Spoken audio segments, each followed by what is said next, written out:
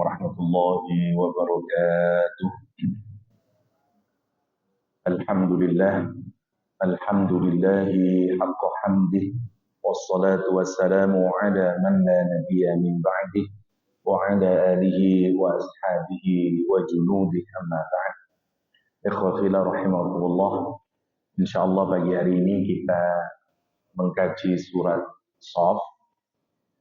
Semoga bisa 2-3 kali pertemuan karena boten panjang, 14 ayat mawon. Saya pilih ya karena satu, kita belum pernah mengkaji surat Shaf. Yang kedua, karena saya melihat sekarang lagi mulai muncul perpecahan di kalangan umat Islam, terutama melihat kejadian terutama di kalangan Nahdlatul Ulama berkenaan dengan pro dan anti Habib. Jadi saya tadi melihat mulai di Brebes ya munculnya Laskar Sabilillah. Ini kalau dibiarkan terus-menerus, kita akan melihat antar sesama umat Islam nanti akan bisa terjadi perang-perangan kalau diteruskan. Karena itu saya merasa terpanggil untuk kita menyadari pentingnya kita ini menjadi satu kesatuan yang kokoh, terlepas ada perbedaan-perbedaan. Kata Al-Quran, Gusti Allah niku mangke wonten surah Shaf, Allah mencintai orang-orang yang berperang di jalan Allah SWT saffan, ya kal bunyanil marsus, kata Al-Quran, seperti bangunan yang kokoh, yang utuh, menjadi satu kesatuan. Apa kata Allah SWT? Mari kita lihat di surah Shaf, insyaallah surah ke 61 kayaknya, 61, 62 dari surah di dalam Al-Quran Karim. Mari kita mulai. Inti dari surah ini adalah berkenaan dengan hal tanggung jawab, karena bukan panjang ya, 14 ayat, tanggung jawab dan kesatuan umat Islam. Ini dipantik dari macam-macam. Yang kemarin Syiah Sunni pada perang Iran sama Israel, orang saudari terbelah, wonten sing pro Iran, ada yang tidak pro Iran. Di tanah air kita melihat gesekan antara beberapa, kalau kemarin yang paling kelihatan gesekan antara Salafi dengan NU. Nah, sekarang di dalam tubuh NU sendiri antara pro Habib dan anti Habib. Nah, saya ingin bahas itu dari kacamata surat Shaf.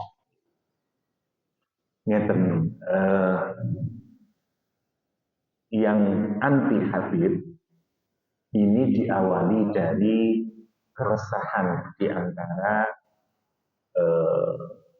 warga Nahdlatul Ulama, karena kita menyadari memang wonten sebagian Habib itu yang satu ceramahnya marah-marah terus, keras sekali ceramahnya, mulai dari Habib Bahar bin Smith sampai yang produk lumayan kalem lah, tapi Yosef masuk keras, Habib Rizik Syihab.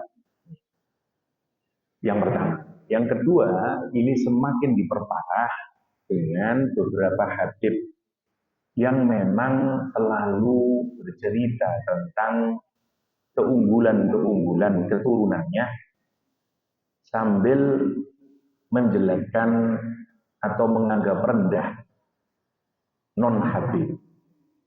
Misalnya satu Habib dalam satu ceramah bahkan menyatakan 70 orang alim, tapi dia orang ajam, bukan keturunan Nabi, tadinya itu masih lebih baik Habib atau keturunan Nabi meskipun bodoh, dan seterusnya dan seterusnya.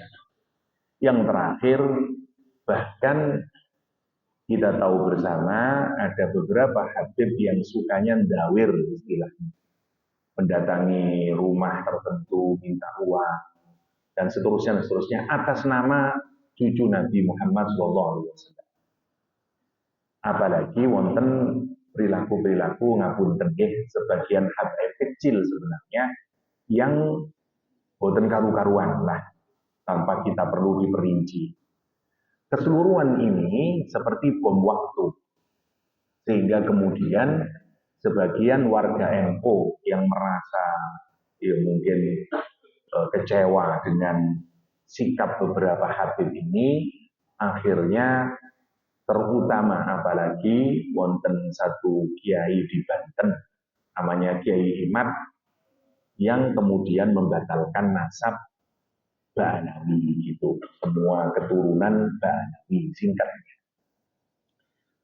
Kalau masih persoalan ini kula mboten persoalan, tapi kemudian teman-teman ini membuat organisasi namanya PWI Laskar Nusantara, Laskar Sabilillah, yang kemudian mulai beraksi kita melihat di beberapa daerah.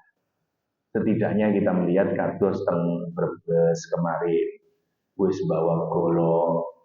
Ini kalau dibiarkan terus-menerus, sing kula wedeni. Yang kasihan sesama umat Islam. Niku maksud kula. Kula mboten tertarik masalah pro anti habib sak. Mungkin duwe pikiran apa saya tidak konsen gitu. Sing kula konsen ini kalau antar sesama umat Islam, kita ini justru yang bunuh-bunuhan. Ini diteruskan, nanti kita kayak Syria, nanti kita dan seterusnya. Siapa yang rugi? Ya kita sendiri, umat Islam. Dan bahkan sudah mulai, ini lebih parah dari FPI, nanti bisa-bisa sikapnya dan seterusnya. Karena mulai mengusir habib yang sedang diundang berceramah, dan mulai mengerahkan kekerasan di satu sisi. Di satu sisi yang pro Habib juga mulai teman-teman Madura, Sekretariat Laskar Sakera atau apa sudah mulai. Nah ini kalau diterus-teruskan dampaknya kayak apa buat masyarakat Muslim Indonesia? Dan saya kira ini penting untuk kita mengadres isu yang sedang marak ini di Indonesia. Kenapa ini penting? Karena Nahdlatul Ulama adalah kelompok paling besar Muslim di Indonesia dan termasuk bahkan di dunia. Kalau Muhammadiyah, insya Allah bukan masalah, karena Muhammadiyah bukan urusannya dari Habib-Habib. Kenapa? Karena Habib ini mainnya cuma di Nahdlatul Ulama. Yang menghormati Habib ya cuma Nahdlatul Ulama. Karena itu Muhammadiyah buatan gak ada isu persoalan Habib. Ngeten saya mau bilang. Saya tidak mau kita bicara tentang pro atau anti nasab. Sajane panjane keturunan Nabi atau boten sudah. Saya tidak mau urusan itu. Tapi ngeten semua orang itu punya hak yang sama di hadapan Allah SWT. Boten wonten satu komunitas itu lebih terhormat dibanding yang lain. Tergantung amal solehnya, tergantung perbuatan amal yang dia lakukan kan gitu. Itu prinsip utama di dalam agama kita. Dan kita termasuk di kalangan para habaib. Wonten habaib yang soleh-soleh, yang alim-alim juga banyak. Tapi sing rodok nakal gitu banyak juga. Itu yang kemudian membuat masalah ini sampai orang melakukan generalisasi. Tentu generalisasi bukan masalah. Masih banyak habib-habib yang soleh, yang alim, Pak Bure Sihab, niku nggih habib. Ini loh, keturunan Hadramaut. Banyak orang-orang soleh atau alim dari kalangan habaib dan seterusnya. Tapi sekarang sudah mulai makin meruncing. Ini background kita, maksud kula. Dan ada satu ayat di dalam Al-Quran sebelum kita masuk surat Shaf untuk jenengan renungkan di surah Al-Baqarah. Bahkan Al-Quran mengulang 2 kali. Boten wonten ayat Al-Quran diulang 2 kali. Kalau boten sangat penting seperti inna ma'al usri yusra diulang lagi 2 kali. Nah gitu. Inna ma'al usri yusra. Kenapa kok diulang? Saking pentingnya. Ada ayat di dalam Al-Quran diulang 2 kali juga. Tilka ummatun qad khalat laha ma kasabat walakum ma kasabtum wala tus'aluna amma kanu ya'malun. Diulang 2 kali dalam surah Al-Baqarah 134 sama 100 sekian lah, 140 berapa. 2 kali diulang oleh Allah SWT. Kenapa? Ayat ini turun untuk orang Yahudi yang selalu membangga-banggakan, atau orang Yahudi dan Nasrani, Ahlul Kitab atau Bani Israel, yang selalu membangga-banggakan keturunannya, ancestornya, yang satu. Yang kedua, selalu membangga-banggakan etnisitasnya. Monggo dipikirkan. Bangga terhadap kesukuannya, bangga terhadap mbah-mbahnya. Kita harus akui bangga terhadap orang tua dan etnisitas itu memang ada di dalam diri kita masing-masing. Monggo lah jujur-jujuran. Jenengan tak rodok ngerasa bangga tak sebagai wong Jawa dibanding wong Madura. Elah jujur mawon. Teng jerone ati niku sik wonten celah di sini itu. Alhamdulillah wak Jawa rek ndak Madura. Niku rasis. Niku jahiliyah ngoten niku. Mboten kan salah sini, tapi kan waput ngilangi niku. Buktinya nanti muncul kapan? Nanti begitu anak dewe dilawar Madura, cok, terima Madura kok. Nah, mau kelihatan. Kulo tanglet, memangnya jenengan milih dari wong Jawa, dari wong Madura, lah mboten toh, niku dari Allah SWT. Itu rasisme di diri kita. Saya kasih lebih parah lagi. Jenengan tak merasa lebih hebat toh dibanding orang yang kulitnya hitam waktu umroh. Alhamdulillah, awanda ireng koyo ngono rek. Mboten toh. Rasisme niku mboten nangsal niku dalam agama Islam. Napa terus Gusti Kanjeng Nabi, la fadla li arabiyyin wala ajamiyyin wala abyadu ala aswad illa bittaqwa. Enggak ada perbedaan. Mau orang Arab, orang non-Arab, orang kulit putih, orang kulit hitam, semuanya sama di hadapan Allah illa bittaqwa. Satu-satunya agama yang kemudian membuat kita itu menjaga rasisme, nganggap semua orang sama, Islam. Dengan lihat ya, revolusi yang dibikin oleh Islam itu cair kemudian semuanya. Abu Dzar Al-Ghifari, orang kulit putih Arab. Bilal bin Rabah, orang Afrika hitam. Suatu hari Abu Dzar berada di belakangnya Bilal bin Rabah. Dia mungkin guyonan nek cara wong Surabaya membuli Bilal bin Rabah. Hei orang kulit hitam, dari ibu yang kulit hitam.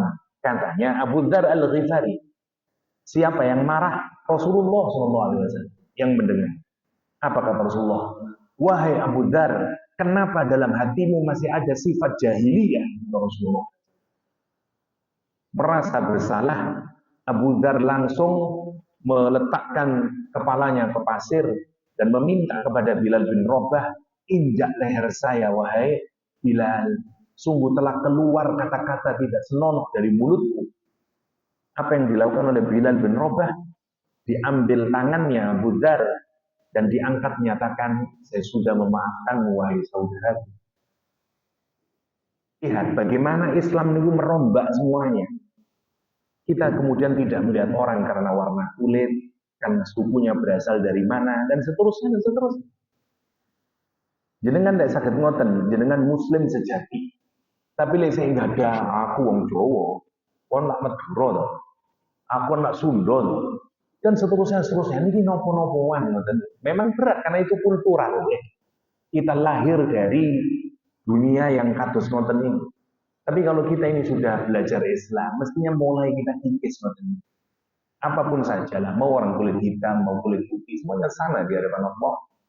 Innallaha la yanzuru ila ajsamikum. Allah tidak melihat jasadmu, zahirmu. Allah tidak melihat itu. Walakin yanzuru ila qulubikum wa a'malikum. Allah melihat hatimu dan amal perbuatan. Allah tidak melihat paras wajah kita. Tidak penting bagi Allah SWT. Dan itu begitu jenengan ikhram, semua ditanggalkan atribut yang membedakan manusia satu dengan manusia yang lain. Nopo niku lengo wangi. Kita ini bisa tahu orang itu kaya atau enggak dari minyak wangi yang dia pakai. Tes tuh, jenengan tinggali wong-wong soge ini bisa kelihatan. Oh nopo nyong-nyong, wis lah. Nih, mau minyak nyong-nyong yang digawe. Oh, ada sini apa nih? 5.000-an nih kalau Ustaz, botol cilik kayak sini masjid-masjid akeh nih. Angin bau melati 5.000. Dan seterusnya. Orang kaya nggak mau pakai itu. Nih, kulo haji ketemu murid kulo zaman rumiyin teng Surabaya. Wah, mau pulang saya diadili, wangi out. Wah, asli.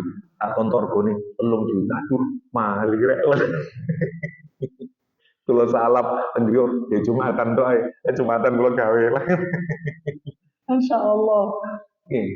Betul. Biasa lo ngomongin 5.000 dari 3 juta. Ini opo-opoan gitu. Kalau saya disuruh beli 3 juta, ukurannya mawon ya. Jika no bojo mawon 3 juta. Insya Allah kalau kita pikirkan. Semua yang membedakan kita dengan orang lain, semua dihilangkan oleh Allah. Pakaian. Yang paling membedakan kita satu sama lain kan pakaian. Buang pakaian. Ikhram semuanya. Kainnya sama. Satu. Nggak boleh. Bau-bauan nggak boleh. Wangi, boten nangsal. Rambut nggak perlu. Bayarin acak-acakan yang nggak jadi masalah. Kenapa? Untuk menunjukkan kalau kamu menghadap Allah, nggak penting semuanya ini. Kecuali hatimu dan amal perbuatan. Nah, siapa sih contoh orang yang paling bangga dengan etnisitasnya? Dengan mbah-mbahnya Bani Israel. Sampai detik hari ini. Wong paling rasis teng dunia ini wong Yahudi. Karena dia menganggap aku ini pilihan Tuhan. Awakmu lah pilihannya sopo. Kau no pilihannya ini. Klaim sekarang sampai gitu. Bahkan kenapa mereka, Masya Allah, lagi beredar rame, tentara-tentara IDF menghancurkan rumah-rumah, masuk ke rumahnya orang-orang Gaza, dan bawa palu, dihancurin semuanya. Televisinya, apanya. Dan memang mereka begitu, karena mereka menganggap tanah ini diberikan oleh Tuhan untuk saya. Jadi nggak repot loh. Biasanya kita ngomong ngoten guyonan gawe ngilok-ngilokno sinten wong Madura. Orang gawe toko teng mriku, tanah sapa, Pak? Tanah Gusti Allah. Nah ngoten to. Tanah pangeran. Wonten sing lebih berat dari niku. Sinten niku? Israel. Karena Israel bilang ini tanah diberikan Tuhan. Kapan? 3.000 tahun yang lalu. Nah, repot masa wong ngatus wonten niku. Buktine nopo? Buktine nggih keyakinan. Jenengan dua griya, moro jenengan diusir, keluarkan ini tanah saya.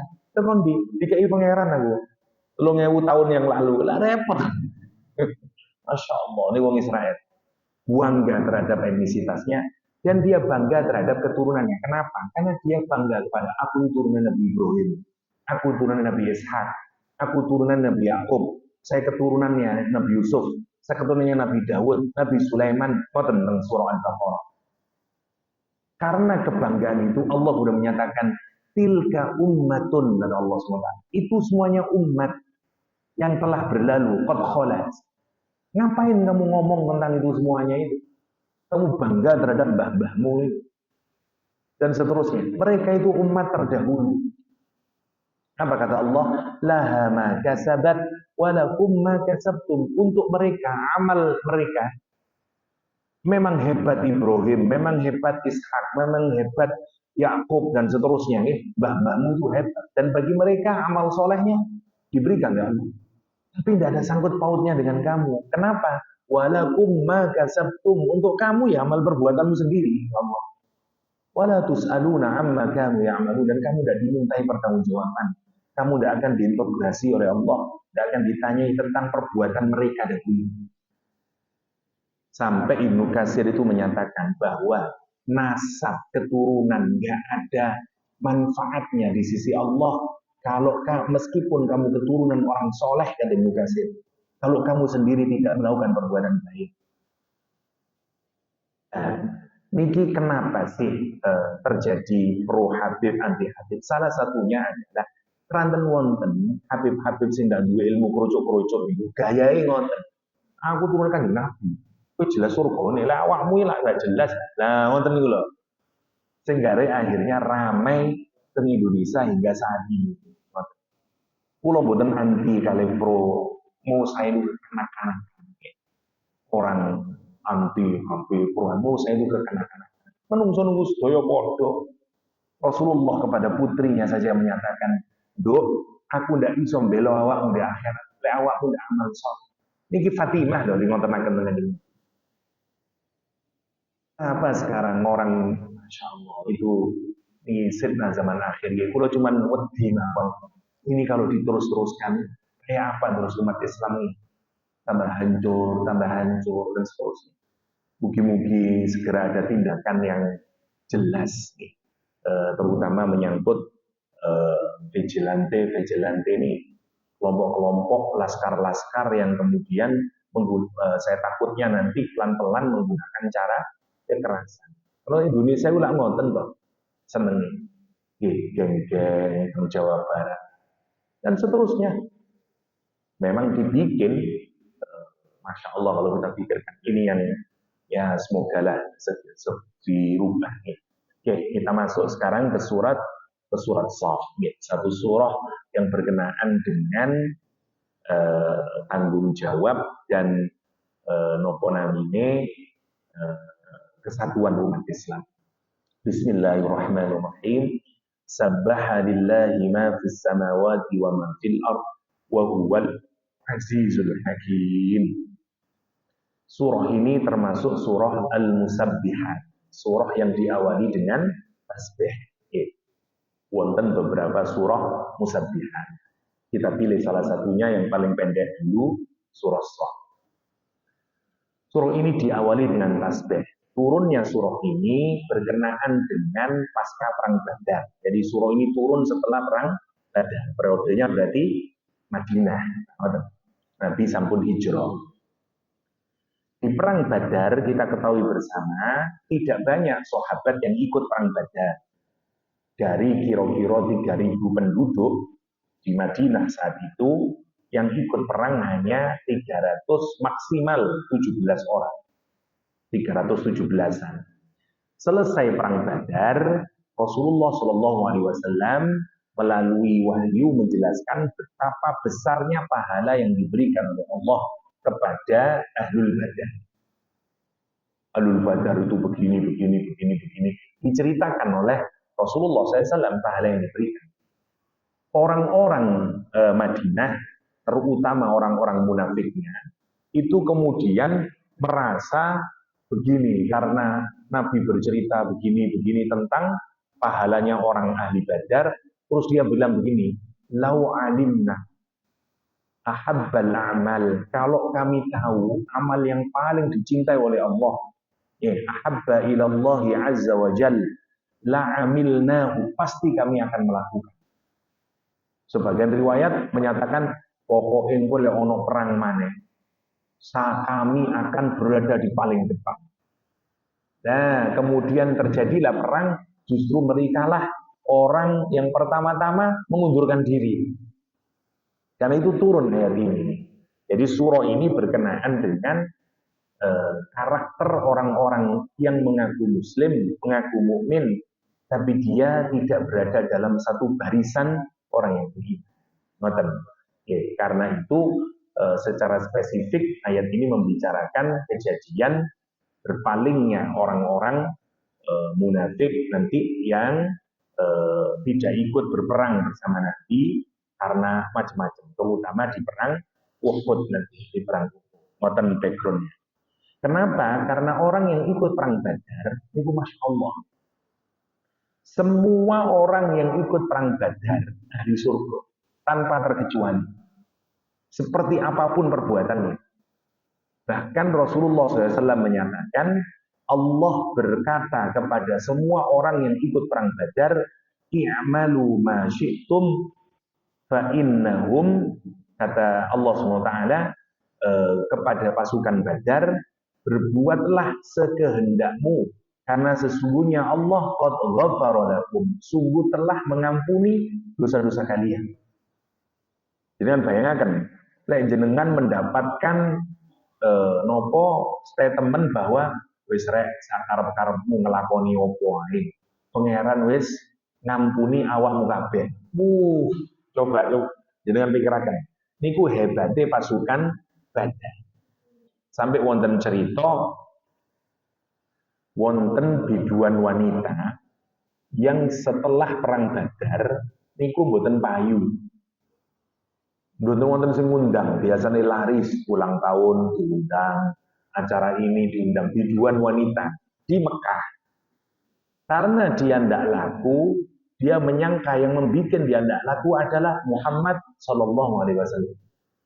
Ini gara-gara Muhammad ini, awak wis ndak duwe bojo, pekerjaan satu-satunya joget. Lah terus saiki gara-gara banyak bos-bos itu mati di Mekah di perang Badar, dia kecewa sekali. Pergi dia ke Madinah, minta tanggung jawab Nabi Muhammad SAW. Antik dong wedok ini, perempuan ini. Dia minta nopo, minta Muhammad, saya minta duit. Saya sekarang nggak laku gara-gara bos-bos Mekah mati kabeh di perang Badar. Dan Nabi saat itu merencanakan untuk melakukan pembebasan kota Mekah, yaitu yang disebut dengan Fathu Makkah. Rapat teng masjidnya dan Rasulullah. Nanti kita akan begini-begini, berapa orang yang ikut dan seterusnya, strategi perang semuanya di kapan kita akan berangkat. Dan strategi perang itu kan tidak boleh dibocorkan, nah, gitu. Ada sahabat Kanjeng Nabi namanya Hatib bin Abi Balta'ah. Hatib bin Abi Balta'ah niku kemudian nekani biduan wanita nih. Setelah dia dapat uang, dapat barang-barang, pulang dia menuju Mekah. Di tengah jalan ditemui oleh Hatib. Hatib bikin surat dalam gulungan, terus dia bilang, tolong ini berikan kepada dulur-dulurku di Mekah, nanti biar saudara-saudara saya memberikan kepada orang-orang Quraisy surat ini.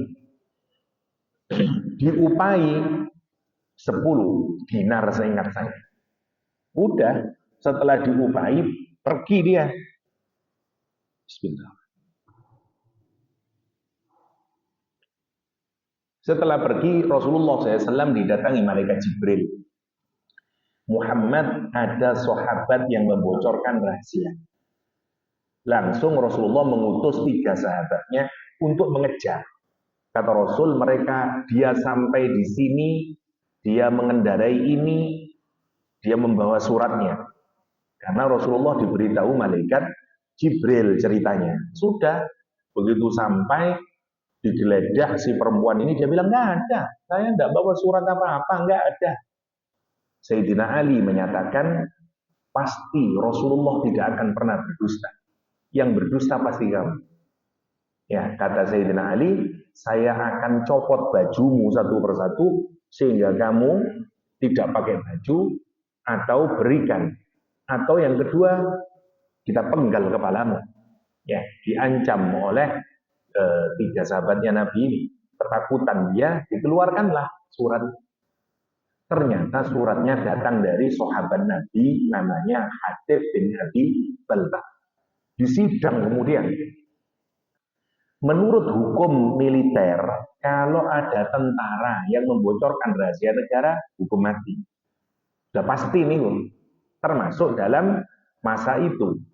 Umar bin Khattab ketika mengetahui bahwa itu dari Hatib bin Abi Balta'ah, dia langsung bilang ke Rasulullah, ya Rasulullah, da'ni an uqatila unuqahu, kata dia. Biarkan saya memenggal kepalanya, ya Rasulullah.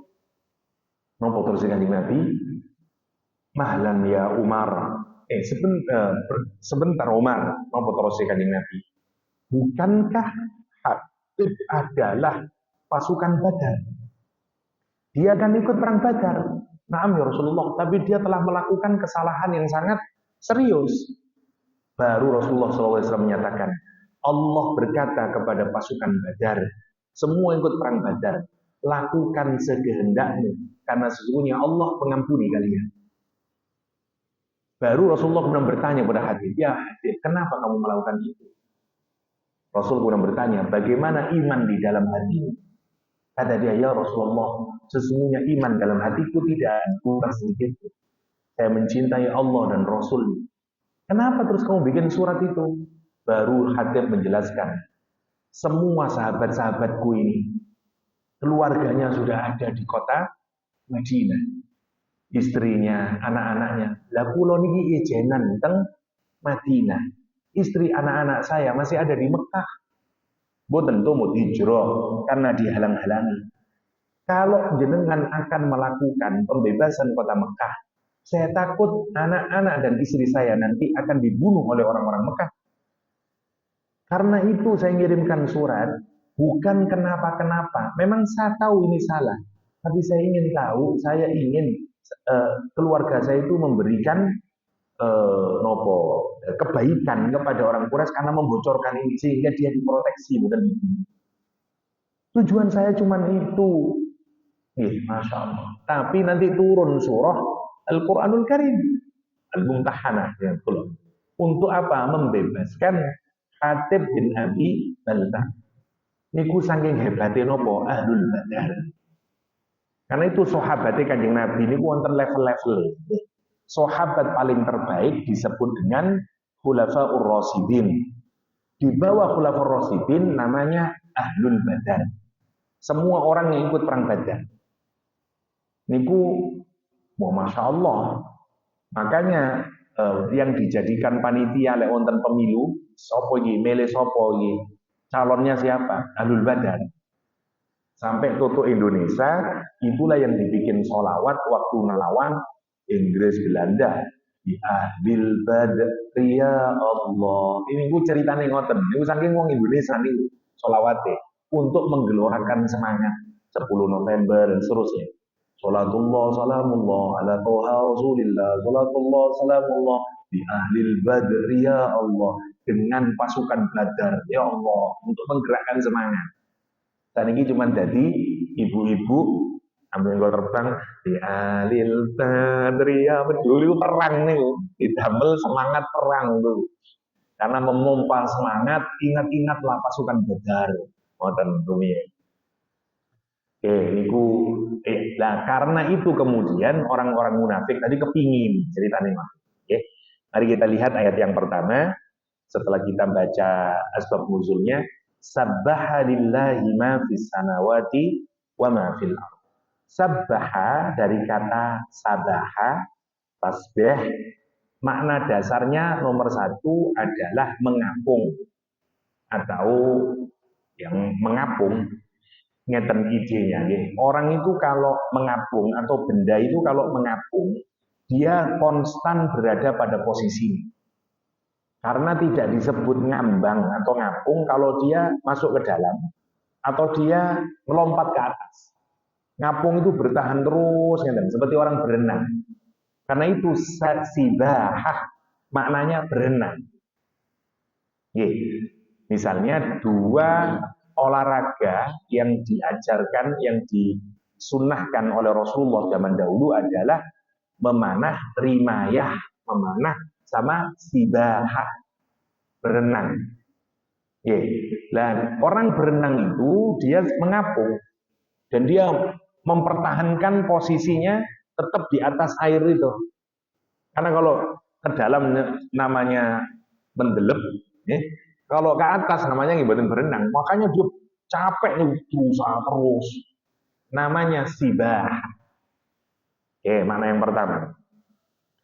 Pakaian bayi yang longgar, boten-boten jahitane seperti nopo namine handuk yang dibalutkan ke bayi yang masih kecil. Orang Arab juga menyebut sebagai mudanya itu pakaian yang tasbih karena untuk memudahkannya. Seakan-akan bayinya iso ngambang di tengah-tengahnya. Itu logikanya orang Arab. Apa maksudnya? Kenapa kemudian kok diartikan maha suci, Ustaz? Nah, Orang itu kalau berenang tadi, dia memaksa dirinya untuk konsisten tetap ngambangnya. Dia tidak mau tenggelam, tidak mau juga keluar. Orang bertasbih ini ngoten. Dia memaksa dirinya, dia tahan sekuat-kuatnya. Terus untuk apa? Untuk tidak menyandarkan sesuatu yang buruk atau yang tidak tepat kepada Allah SWT. Misalnya, kita ini gila, bisa nggak ada pikiran yang jelek tentang Allah, nggak ada persepsi yang jelek tentang Allah, nggak ada nopo mawon. Contoh, jenengan mau ke Jakarta, sudah sampai di bandara, ternyata di-delay-nya sampai 3 jam. Setelah 3 jam, bahkan kemudian dinyatakan pesawat mengalami kerusakan dan dengan mohon maaf, maka tiket akan direisut atau silakan diambil uangnya kembali. Jenengan padahal sudah tinggal 2 jam lagi pertemuan deal-dealan bisnis jenengan dengan orang di Jakarta. Jenengan terus mulai muangkel dijebak duitnya terus dangak yang langit. Karena sampean ya apa sih? Saya ini niat bekerja. Kenapa engkau kok memberikan ujian semacam ini? Padahal ini kemungkinan besar saya mendapatkan proyek itu. Sehingga saya bisa ngasih kepada istri saya, anak-anak yatim yang saya itu. Yuk nopo jenengan, kenapa jenengan kok dan seterusnya. Nah gitu. Kita ini kemudian memberikan alamat yang buruk kepada Allah. Untuk yang kedua, Tom Lembong lagi rame tadi. Kata Pak Mahfud MD, saya ini belum pernah mengkritik keputusan hakim selama hidup saya. Kecuali sekarang saya nyatakan bahwa keputusan Tom Lembong untuk dihukum ngawur terus Mahfud MD. Karena tidak memenuhi unsur menstrea atau nopo kalau boten wong ahli hukum. Menarik kalau kita pikirkan. Lah terus jenengan misale bojone jenengan niku bojone Tom Lembong. Napa jenengan boten ndangak ke langit? Ya Allah, kenapa engkau kok tidak mengalahkan kezaliman? Kenapa justru kami yang dizalimi? Suami saya tidak mengambil, tidak korupsi hatta 1 rupiah pun tidak. Suami saya orang yang jujur. Suami saya alumni Harvard. Langit loh. Semua jenengan kenapa kok suami saya justru yang dihukum ya Allah pas setengah tahun. Di mana keadilanmu? Katanya engkau maha penyayang, maha pengasih, maha adil. Pakai tek kabeh. Ngoten toh. Orang itu kalau kecewa lah ngoten toh. Nah, kalau itu namanya seperti orang yang berenang. Jenengan kalau kemudian hati ini kados ngoten, pikiran kados jenengan tenggelam. Lah, di tengah situasi yang sangat sumpah kados ngoten, jenengan tetap mempertahankan posisi. Mas pun soro. Namanya tasbih. Karena jenengan kemudian tetap enggak pikiran pusing elek yang Gusti Allah itu salah. Pasti ono hikmah ini. Pasti ada kebaikannya. Pasti ini dan seterusnya. Jenengan tetap enggak ada pikiran yang positif kepada Allah di tengah suasana sing boten karu-karuan, jenengan namanya tasbih. Ngoten maksudnya. Makanya kenapa tasbih itu besar pahalanya? Karena jenengan melawan semuanya itu. Karena itu kata para ulama, tasbih itu diungkapkan dengan 3. 1, bilisan. Metawi wonten nopo yang tidak menyenangkan hati kita, jenengan kemudian menyatakan subhanallah. Pasti ono api. Mungkin. Makanya jenengan lek meninggal ini kalau kita melihat sesuatu yang buruk, musibah, sesuatu yang tidak baik, jenengan mau nopo? Tasbih. Subhanallah. Kalau melihat sesuatu yang indah, mau nopo? Masya Allah. Jadi lek nonton wong ayu, maca nopo? Tergantung saat ini musibah buat saya. Subhanallah. Wonten nggih to. Tergantung interpretasi dia jenengan. Wah, ini syukur kalau dosa, alhamdulillah. Insya Allah kalau kita pikirkan nih. Nah, kenapa di Islam itu kalau kita melihat yang buruk kok kita mengucapkan subhanallah? Karena jangan sampai kita ini nggak ada suudzon tentang Gusti Allah. Makanya dilawan. Mulut kita nih kadang mengucapkan subhanallah. Kita lawan nih. Nopo mawon lah. Subhanallah. Aku kok diuji ini. Mungkin ini wonten. Mungkin aku sing salah. Tapi keputusan Gusti Allah pasti enggak. Saya kasih contoh paling kecil lah. Jadi kan sholat Jumatan. Mulai. Jenengan padahal berangkat paling awal Bu. Jam 11 pun wonten mriki wonten. Peranten wong soleh, mari Jumatan wires dawa ilmu. Mulai sekali wong 5 betul, ndak ono sandal. Ya nopo terus jenengan. Apa kata yang pertama keluar? Langsung subhanallah nopo. Ya, Masya Allah. Kalau jenengan sakit, ini pula. Itu urek sandal. Lah terus jangan maksa diri, saya harus melawan ini pasti yang terbaik dari Allah. Ilahuslah, subhanallah. Muka-muka aku bisa sabar. Ya Allah, semoga engkau menggantikan yang lebih baik dengan bertasbih. Nah, situasi yang kayak begitu itulah yang membuat pahala tasbih. Kenapa sedemikian besar kata Rasulullah SAW. Nabi menyatakan kalimat yang ringan di lisan tapi nanti berat di timbangan. Nopo niku salah satunya tasbih. Nanti jenengan boten nyongko, ya Allah, tiba wae ganjaran itu. Ya gara-gara jenengan di situasi yang buruk jenengan bertasbih. Ngoten maksudnya ini. Ono bojo kok ngamuk jenengan subhanallah, subhanallah, subhanallah. Bojone padha ngajine, sampean anu yo, nganuni aku yo. Allah lah pikirkan. Ya. Maksudnya ngoten ya, dari tasbih itu satu bilisan. Nomor kedua, tasbih itu bisa kita lakukan bukan hanya bilisan, tapi dengan nopo, dengan perilaku kita. Ini tasbih yang kedua. Yaitu dengan apa? Ya kita tidak menunjukkan perilaku yang menunjukkan kita niki mboten mengagungkan Allah SWT. Sebenarnya tasbih niku makna dasarnya sih mboten maha suci, cuman kita kesusahan menerjemahkan. Al-Quddus niku maha suci. Tapi kalau sabbahalillah mboten maha suci. Sebenarnya makna dasar ini mendeklar kesempurnaannya Allah. Niku namanya tasbih. Kados ngeten lah, jenengan percaya yang bojone jenengan. Bojo kula niku Ustaz, setia orangnya. Soleh orangnya. Jenengan saking yakinnya pun ansal berita jenengan. Sepurane Mbak. Aku mau ketok bojone sampean. Mandek mobile terus nglebokno wong wedok.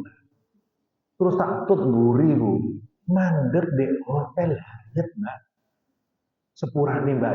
Tapi lain jenengan krono yakin yang bojone ku apik bojoku. Bojoku hafal Quran.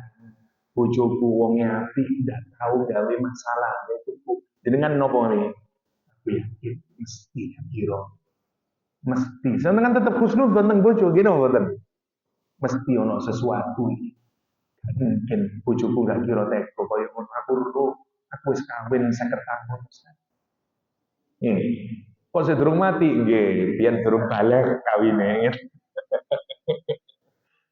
Jadi sudah yakin sejak awal gitu. Itu maksudnya. Kita bisa melihat perilaku seseorang.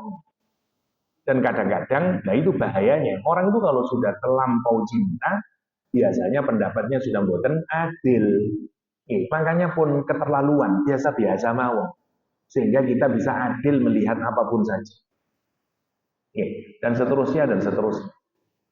Kalau tinggal di TikTok, seorang anak muda menyatakan, saya wallahi bersumpah, kalau memang Habib itu keturunan Allah, semoga Allah melaknat saya. Sampai ngoten. Kalau sampai koyo ngono wong Indonesia ini kan yang satunya dilawan kayak Quran teng ngarepe ngene. Yang dhuwur. Sik enom larene terus ngomongin. Saya demi Allah yakin habaib iku keturunan Kanjeng Nabi. Lek pancen kula salah, kula sing dilaknat. Lek kula sing mboten salah, muga-muga Kiai Imat sing diwontenen. Coba iya apa-apa. Padha wong Islame lho niki. Lah lha apa kok mbok Israel lah jadi ngotenaken. Wong padha Islam itu cuma urusan belo Habib kok ada ngoten niku lho. Kula sing mboten tutukaken. Kita ini gila.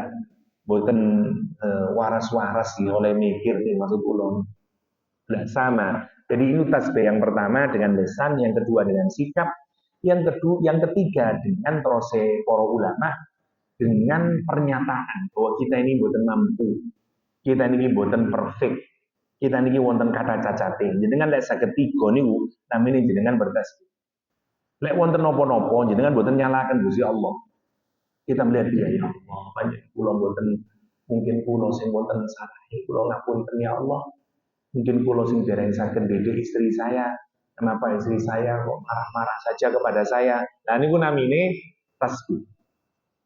Dan dengan itu kemudian jenengan mungkin ini jenengan ngajari kula kersane tambah sabar misalnya. Niku namine tasbih. Nah Allah SWT menyatakan di ayat ini, Sabbahalillahi ma fis samawati wa ma fil ardh. Bertasbih kepada Allah SWT semua yang ada di langit dan di bumi. Monggo dipikirkan nggih. Boten wonten makhluk ciptaan Gusti Allah kecuali manusia nggih, karena manusia dikasih kebebasan. Semuanya kecuali mendeklar kesempurnaannya Allah SWT. Jenengan bukti nih, jenengan ningali bunga mawar yang indah, jenengan iling sinten? Gusti Allah. Ya Allah. Oce api yo anggrek iki. Nah gitu. Jenengan naik gunung Kerinci, Allahu Akbar. Dia bertasbih. Jane kuwabe karena kita ini tidak mengenal. Walakinnakum kata Al-Qur'an, akan tetapi kamu yang tidak memahami tasbihahum. Seluruh makhluk itu bertasbih. Watu, suket, godong, semua bertasbih kepada Allah. Menunjukkan kesempurnaannya Allah SWT. Manusia mboten, karena kita ini dikasih kebebasan. Tapi monggo dipikirkan, kita ini mengaku otak kita ini paling cerdas dibanding semuanya. Banding ayam, banding kelinci, banding gajah, kita yang paling cerdas. Mestinya siapa yang paling banyak bertasbih? Menungso lah. Tapi kenyataannya justru kita yang paling tidak bisa bertasbih. Dan Allah mengunci ayat ini dengan kalimat wa huwal azizul hakim, dan dialah Allah SWT al-aziz yang maha perkasa yang tidak bisa dikalahkan. Kamu mau mendeklar kesempurnaannya Allah, memangnya bisa apa? Kalau Allah sudah menentukan sesuatu, ya sudah. Pasti akan terjadi. Kamu ngotot kayak apapun tidak akan bisa. Wa huwa al-aziz. Tetapi ingat, bedanya Allah dengan orang yang berkuasa adalah kalau Allah mengimplementasikan kekuasaannya, pasti ada hikmahnya. Kalau hakim mengimplementasikan kekuasaannya, belum tentu ada hikmahnya. Kadang-kadang karena ya memang sok kuwasa mawon dan seterusnya. Dan itu Allah menyatakan wa huwal azizul hakim. Ayat keduanya ya ayyuhalladzina amanu lima taquluna ma la taf'alun. Orang-orang yang beriman, kata Allah SWT, lima taquluna, kenapa kamu berkata-kata ma sesuatu la ta'malun yang kamu tidak kerjakan. Kenapa kamu berkata-kata sesuatu yang kamu tidak akan kerjakan? Kabura maqtan indallah, sungguh besarlah amarahnya Allah SWT. Besarlah kebenciannya Allah SWT. Kepada siapa? Indallah, di sisi Allah SWT. Antakulu ma la taf'alun. Kalau engkau mengucapkan sesuatu dan kamu tidak melakukan. Nopo niki maksudnya ngeten. Ada dua ayat yang harus kita pahami. Ya. Ayat ini boten terus ngeten. Ustaz iso ceramah tok. Jarine ngongkon tasbih, koyo awak dhewe iso tasbih. Misalnya jenengan gerendem teng jero atine, kok yo wae Pak Ustaz. Padahal dikne kan yo ndak iso bertasbih. Terus jenengan mikir, mesti ini Pak Ustaz, nggak usah ceramah itu kalau masih belum bisa menjalankan. jenengan nanti mendapatkan amarah dan kebencian Allah. Kenapa? Kabura maqtana indallah an taqulu ma la taf'alun. Amat besarlah kebencian dan amarah Allah kepada orang yang hanya bisa berkata dan tidak bisa melakukan. Nah, ini salah penempatan. Ayat ini boten bicara niku. Ayat ini bicara orang yang berjanji kepada Allah. Boten sedang berdakwah. Niki sampai keliru. Biasanya orang gunain dalil ayat niki tapi ngawur. Niki sekali lagi seperti turunnya tadi.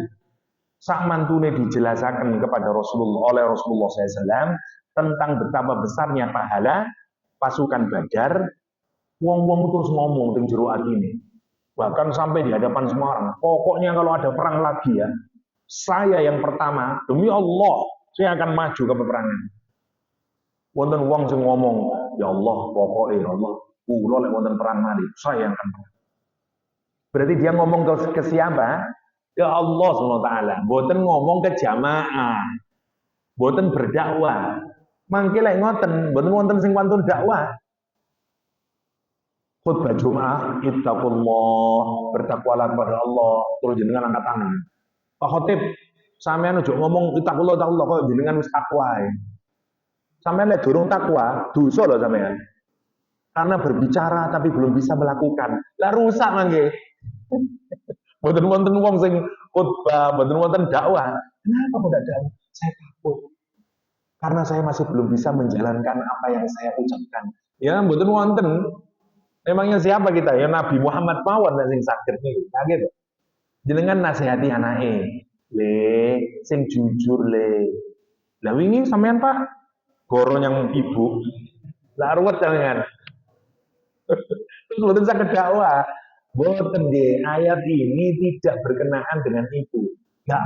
Nah, kalau yang tadi niku bukan di ayat itu, tapi teng surat Al-Baqarah. Napa bunine? Atamuruna nasa bil birri wa tansawna anfusakum wa antum tatluna al-kitab afala taqilun. Apakah kamu memerintahkan orang untuk melakukan kebaikan padahal kamu sendiri membaca Alkitab? Tapi kamu tidak melakukannya. Mbok delen di utekmu itu. Mboten tok Al-Qur'an, mboten dosa kalau itu, cuman sebaiknya. Ya salah.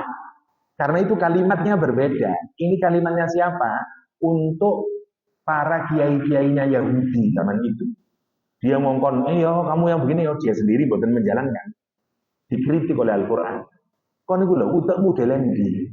Kok iso ngongkon wong ngono tapi awakmu dhewe ndak nglakoni iku lho. Afala ta'qilun. Bahasa Surabaya nih ngoten. Afala ta'qilun. Mengapa kamu tidak berpikir lek wong Surabaya utekmu delen dise. Kan ngoten to. Kon ngongkon anakmu ngono, awakmu dhewe tiba ndak salat iki lho. Awakmu ngongkon salat le, awakmu dhewe penjompor rokokan. Saya enggak ngoten. Kita ini Quran itu menyana gitu. Ayat itu juga berarti mboten angsal dakwah. Kados ngeten nggih. Kita ini sering ngomong ngeten. Percuma mbak sama jilbaban, senengane ngrasani wong ae. Bener napa salah kalimat niku? Percuma mbak jilbaban, lek senengane sing ngrasani wong. Boten bener kalimat niku. Jilbaban itu satu kebaikan. Ngerasani wong niku satu kejelekan. Lek jenengan boten jilbaban plus ngerasani loro dosane. Tapi lek jilbaban ngerasani kan setunggal to. Ngoten, jangan dicampur aduk. Setan niku ngoten pinter. Ya mending saya meskipun ndak jilbaban. Tapi kan saya ndak ngerasani, ya tetep kon dosa siji. Padha mbek aku. Impas kita, saya jilbaban ngerasani, kon ndak jilbaban ngerasani, ya padha ae. Wong padha setane ngene kok ngoten to. Sebenarnya sama posisinya. Tapi lah pinter setan itu ngajarin kita niku ngoten. Gono wong percuma. Bahkan lambe para percuma kon niku salat. Kalau masih boten percuma salat niku ngoten. Berapa banyak orang ngoten niku. Ayo salat Jumatan. Alah, kowe ndak ro awakmu ae. Ngono sik senengane ngombe ae kok kate salat Jumat barang. Boten tetep bener salat Jumat niku. Ngombe iku salah. Jangan dicampur aduk. Setan itu ngoten nggih. Memang trik setan itu kalau jenengan nanti berbuat maksiat, itu nanti setan itu membuat jenengan merasa tidak layak untuk melakukan perbuatan baik. Contoh paling gampang ini nopo, jenengan wedi haji kali umroh. Itu contoh paling gampang. Nopo jenengan kok mboten daftar haji? Kula sik ada dosa. Pergi kula niki. Mangke kula lek teng Mekah, wah dikebuki malaikat lho. Akhirnya mboten daftar-daftar umroh kali haji. Kenapa begitu? Setan niku persis kayak wong mau ini lho. Nopo kon Jumatan. Musik senengane pacaran ae kan Jumatan. Lah gitu. Lah niku padha mawon to. Niku dikalahaken ngoten niku. Justru karena jenengan banyak dosanya, mari kita umroh, mari kita haji, kersane dilebur dosane teng Gusti Allah. Kok malah karena setan itu takut wong iki lek sampai umroh, kok dosane dilebur, rugi aku. Dan dia konco aku di neraka. Ojo wis, kok ndak mungkin kon. Oh, kon gue nanya Mekah ya. Ketemu Abu Jahal dan seterusnya.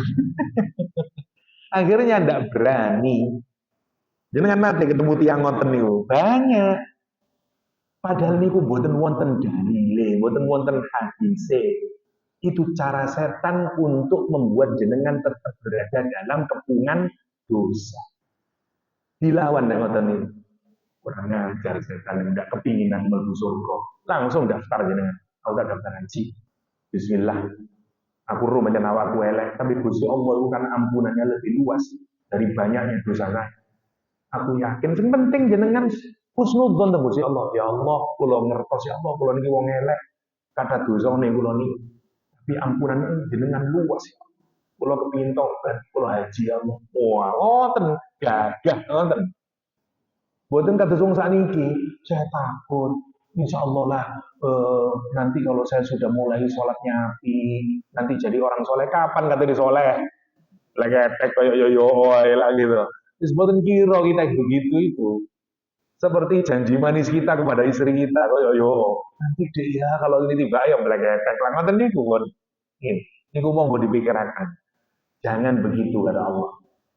Nah, ayat ini tidak begitu. Ini kalau untuk nadar teng Gusti Allah. Makanya hati-hati teng nadar ini. Jenengan dibenci sama Allah. Hati-hati kalau nadar. Terus si para ulama niki masuk bab nadar ayat ini. Misalnya ngeten jenengan. Ya Allah, pokoknya anak kula keterima teng UNER, kula bakal umroh. Niku jenengan janji niku teng Gusti Allah. Mantun wonten SBMPTN keterima anake. Mantun wonten ya sik ya Allah. Mantun wonten mboten umroh-umroh, sik maneh. Gusti Allah mboten remen teng wonten wonten. Itu maksudnya ayat ini. Kabura maqtan indallah an taqulu ma la taf'alun. Lek jenengan dereng sanggup menengae di batin tok teng jero ati ae ndak usah diniatno. Utawa wis muga-muga lah, muga-muga golek tenan. Tapi mboten janji teng Gusti Allah. Napa maneh lek wis janji jenengan ucapaken teng ngarepe wong akeh. Saksekno kabeh ya kanca-kancaku kabeh. Pokoke lek anakku keterima UNER, sampean tak hajino. Oh, bareng itu keterima. Ya iku kan biyen nah, saiki siji maneh rek. Wah, wis tambah niku. Niku namine kabura maqtan indallah. Kalimat ini menarik nggih, maqtan. Maqtan niku nemen benci nek Gusti Allah. Nemen marahi Gusti Allah. Niki memang ayatnya berkenaan dengan wong-wong mau niku. Sing kate ngomong, nanti pokoknya kalau ada perang, saya maju paling depan. Nanti kalau saya mau perang, saya mau begini. Jangan terjadi terus perang Uhud. Perang Uhud itu diikuti awalnya oleh 1.000 orang. Sahabat Kanjeng Nabi. Sebelumnya rapatnya tadi, rek yo apa iki perang dendi. Kalangan tua mengusulkan di dalam kota ya Rasulullah. Kenapa? Karena Madinah ini sisi kanan gunung, sisi kiri gunung. Kita manfaatkan lokasinya. Rasulullah cenderung juga di dalam kota. Karena kata Rasulullah, kita mengetahui situasi. Oke, kalangan muda menyatakan, boten ya Rasulullah. Wong teng Badar mawon, perang Badar mawon kita menang kok di luar kota. Apalagi jumlah kita sekarang besar 1.000. Kemarin aja 317 kita menang. Karena itu kita perang di luar mawon. Ten Gunung Uhud. Maksudnya kira-kira rame yang menang akhirnya aklamasi di luar. Berangkatlah 1.000 pasukan nih.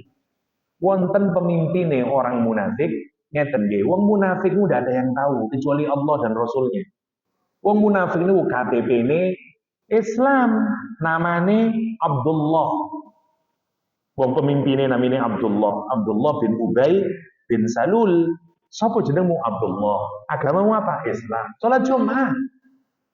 Abdullah bin Ubay bin Salul, jangan dikira mboten salat ya. Ya salat.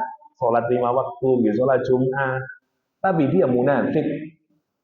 Nah, begitu berjalan nih menuju Uhud, dia mulai ngompori wong-wong. Ayo mulai aja. Kita ini pasti kalah. Orang kafir itu sekarang membawa pasukan paling banyak. Kenapa? Karena mereka sekarang mau balas dendam kekalahannya di perang Badar. Kalau kita perang di perang Uhud, itu sama dengan setor nyawa. Jumlah kita lebih kecil, kita kurang pasukan dan seterusnya. Ayo pulang aja. Ini kan kita kan maunya perang di dalam kota. Bukan kita nggak mau perang, pointer jenenge wong munafik. Ini kan gara-gara nuruti arek nom-noman nih, ban arek nom-noman ae. Mulai ulang dia, digerogoti pasukannya hingga berapa orang? 300-an orang mundur. Makanya Allah menyatakan kabura maqtan indallah. Awalnya kok yoyo. Ini juga dikaitin dengan nopo? Ini juga dikaitin dengan pasukan yang turun dari pemanah. Karena sebelum perang, Nabi itu bagi menjadi 3 atau 4 batalion. Dibagi oleh Rasulullah, jenderal yang sangat keren kan Nabi. Kata Nabi, pasukan sebelah kanan pemimpinnya ini, pasukan tengah pemimpinnya ini, sayap kiri ini, yang ada di gunung pemanah pemimpinnya Jabir bin Abdullah. Jumlahnya 50 orang yang di sana. Setelah seluruh pasukan ini semuanya hadir, Nabi menyatakan, karena kan tidak mungkin Nabi wirawiri ke sayap kanan, ke sayap kiri. Gila, zaman sekarang wonten siap maju kanan bisa, dulu tidak ada. Pakai suara saja. Makanya di hadapan semua orang Nabi kemudian menyatakan, man ata'a amiri faqad ata'ani, kata Rasulullah. Saya sudah angkat ini ketua-ketua batalion ya. Siapa yang taat kepada ketua-ketua batalionnya sama nilainya dengan taat kepadaku. Nurut, jawab, berangkat semuanya udah 50 naik. Begitu kocar kacir pasukan Uhud, kalah orang Quraisy. Perempuannya mengangkat bajunya hingga kelihatan betis dan pahanya karena lari terbirit-birit mereka. Apa yang terjadi kemudian? Begitu sudah kalah, 50 pemanah itu melihat mereka sudah pergi, mulai mudhun mengumpulkan harta rampasan perang. Pemimpinnya namanya Jabir bin Abdullah berok-berok. Ojo mudhun gak boleh turun. Kata dia, kan sudah selesai perangnya, mereka sudah pergi. Nopo terus tidakkah kamu ingat Rasulullah SAW bersabda, man ata'a amiri faqad ata'a Allah, terus Jabir. Siapa yang taat pada perintah batalionnya, mereka taat kepada Rasulullah. Aku itu pemimpinmu. Naik. Karena Nabi menyatakan jangan turun dalam kondisi apapun. Sahabat mulai berbeda pendapat. Kata dia, itulah tafsir mual. Menurut tafsir saya tidak begitu. Nabi itu menyuruh kita itu tidak boleh turun kalau dalam suasana kalah. Karena Nabi memang menyatakan gitu, jangan turun hatta burung-burung pemakan bangkai berseliweran di bawah. Terus dipikir, kan dia kalah, kita menang kok. Tapi nopo dia lupa terhadap pesan Nabi tadi, nopo jangan taatilah pemimpinmu, bodoh. Nah itu yang disebut Al-Quran, omong kamu berkata yang tidak kamu ucap. Padahal tadi ngomong nopo, jangan turun, jawab. 86 ya Rasulullah. Ternyata boten. Niku maksudnya antakulu 'alallahi ma la ta'lamun. Baru nanti ayat berikutnya sampai mereka berdoa, wong munafik nih, sebagian sahabat bilangnya apa? Allahumma syahad, ya Allah saksikan ya Allah, setiap orang ini Allahumma syahad, saksikan ya Allah, la in laqina qitalan lanufrighanna fihi wus'ana.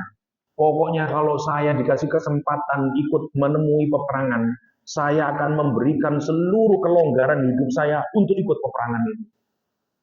Ini namanya janji dan Gusti Allah. Yeah.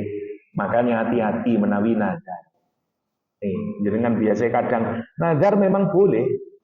Salah satu cara agar nazar ini boleh. Misalnya jenengan duwe hajat, kepingin nazar, tapi pastikan kalau nazar itu berupa ibadah segera dijalankan. Pun nunda-nunda. Jenengan duwe bojo loro, wis oleh 1 bulan di rumah sakit, terus jenengan sodakohnya masjid, sodakoh dengan anak yatim, terus jenengan kali nazar tembus ya Allah, ya Allah, kalau sodakoh niki muga-muga penyakit bojo kula diangkat penyakitnya, terus jenengan ngomong, kula nazar ya Allah, pokoknya lek waras bojo kula bakal ngene. Lah ini hati-hati nih, wajib nih. Nggih. Masya Allah, ini yang harus kita pikirkan. Kersane hati-hati tentang persoalan nazar nih. Nah, ayat berikutnya, zaman lembih, ngapunten, ayat berikutnya baru berkenaan dengan tadi Allah mencintai orang Muslim yang kokoh, yang bersatu dan seterusnya. Insya Allah kita lanjutkan minggu depan. Barangkali wonten 1-2 pertanyaan sebelum kita akhiri. Wonten? Wonten ya, alhamdulillah. Ini kemauan dengan saya pulau sampai akan. Ngapunten masih 2 ayat karena tadi terlampau panjang masalah Habib dan seterusnya nih. Tapi insya Allah di kesempatan berikutnya kita lanjutkan kesana. Minimal kita bisa menghatamkan surah Shad ingkang wonten Al-Qur'an. Demikian yang bisa saya sharingkan, mungkin wonten manfaatipun. Adallahu ijma'in wa sallallahu ala nabiyina Muhammadin wa alihi wasallam wa akhiru da'wana alhamdulillahi rabbil alamin. Allahumma salli ala Muhammad wa ala ali Muhammad walhamdulillahi rabbil alamin. Allahumma ij'alil Qur'ana rabi'a qulubina wa nura sudurina wa jalaa ahzanina wa dhahaba humumina wa humumina. Allahumma aslihna dinana alladhi wa ismatu amrina wa aslihna dunyana allati fiha ma'ashuna wa aslihna akhiratana allati ilayha ma'aduna. واجعل الحياة زيادة لنا في كل خير واجعل الموت راحة لنا من كل شر ربنا آتنا في الدنيا حسنة وفي الآخرة حسنة وقنا عذاب النار وادخلنا الجنة والنار يا عزيز وغفار يا رب العالمين. Demikian kita baca kafaratul majlis. Subhanakallahumma wa bihamdik asyhadu an la ilaha illa anta astaghfiruka wa atubu ilaik. Wassalamualaikum warahmatullahi wabarakatuh.